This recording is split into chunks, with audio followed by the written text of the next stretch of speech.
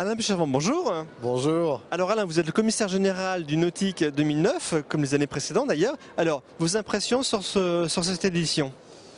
Eh bien, des impressions qui sont plutôt bonnes parce que même si la situation n'était pas facile à l'ouverture du salon, force est de constater qu'on a eu des visiteurs et puis des visiteurs de qualité puisque les affaires ont été tout à fait convenables et au moins à la hauteur des attentes des exposants.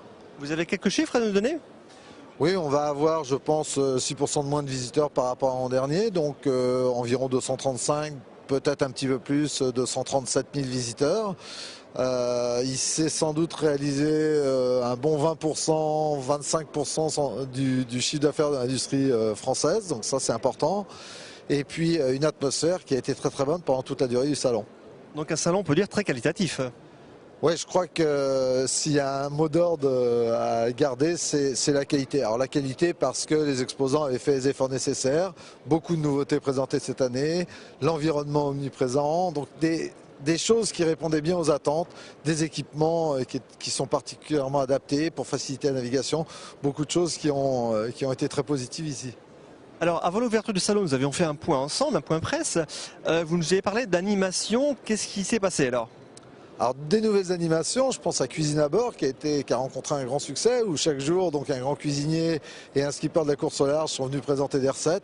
Donc pour le grand public ça a été un moyen de voir les skippers bien sûr et puis d'appréhender la navigation sous un regard qu'ils connaissent bien sûr parce qu'il faut se nourrir tous les jours, mais sous un regard un petit peu différent. Je crois que ça a été très très positif. Il y a eu la passerelle Ronan avec l'exposition de Mike Horn qui a été aussi très qualitative parce que Mike Horn, l'aventure de ce personnage est très très fort, donc ça a été très très bien reçu et perçu par les visiteurs.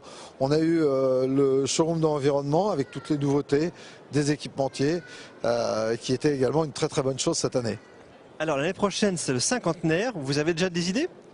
Oui, les idées, on a commencé à préparer le 50e nautique parce que un salon se prépare un an à l'avance et donc c'est beaucoup de boulot, mais on a des bonnes idées et sans doute beaucoup de surprises pour écrire les nouvelles pages du nautique. Merci Alain pour toutes ces informations. Maintenant, on va discuter avec Tibor Boeringer, qui est le président du Nautique. Bonjour Tibor. Bonjour. Alors quelques informations sur ce salon, sur les chiffres, sur les ventes. Vous avez des petites choses à nous dire? Les chiffres de vente, c'est difficile. On sait simplement que certains ont réalisé des scores extraordinaires. Ce n'est pas la majorité, je m'empresse de le dire, hélas. Mais certains ont fait un salon exceptionnellement bon. Et d'autres malheureusement, n'affichent pas de grands sourires à la fin du salon. C'est à l'image du monde dans lequel nous vivons. Certains s'en sortent mieux que d'autres parce que notamment ceux qui ont innové, ceux qui ont présenté des nouveautés, ceux qui ont présenté des prix attractifs aussi. Et puis ceux qui exploitent des niches, ceux-là s'en sortent bien. Et puis d'autres qui sont dans le domaine un peu plus, disons, classique, s'en sortent moins bien. Je crois qu'en 2009, les bateaux à moteur ont beaucoup souffert. Il semble que ce salon soit assez porteur pour eux. Oui, l'an dernier, vous savez, il y a eu un tel marasme, une telle crainte que tout le monde a voulu faire des économies. On n'achetait pas de bateaux à moteur parce que ça consommait de l'essence, etc. Aujourd'hui, les gens se sont un petit peu plus calmés, se sont rassurés. Et je crois aussi que les gens ont besoin de rêver, ont besoin de s'évader. Le bateau est un bon moyen de s'évader. De la morosité ambiante surtout.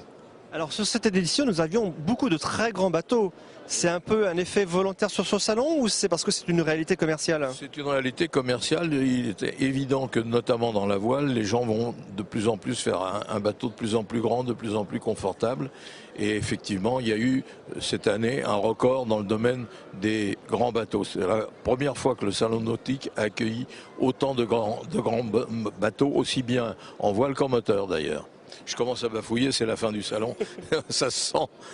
Alors pour la Fédération des industries nautiques, dont vous êtes membre, vice-président, je crois, c'est bien ça? Non, je suis maintenant plus qu'administrateur. J'ai été délégué général pendant des années. J'en ai été le vice-président. Je suis un des fondateurs et du salon et de la fédération, puisque j'y suis depuis sa création, depuis 1962. Alors je crois que vous allez supprimer des antennes régionales et faire du national en fait. Oui, oui, c'est ça. C'est pas mettre en place des nouvelles structures, c'est supprimer des structures, une réorganisation.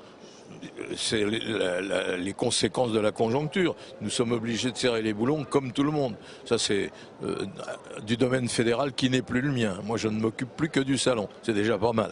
C'est déjà pas mal. On va vous laisser finir alors sur salon qui finit donc dans quelques heures maintenant dimanche soir sur Paris. Merci Tibor. Merci à vous. À bientôt. Au revoir.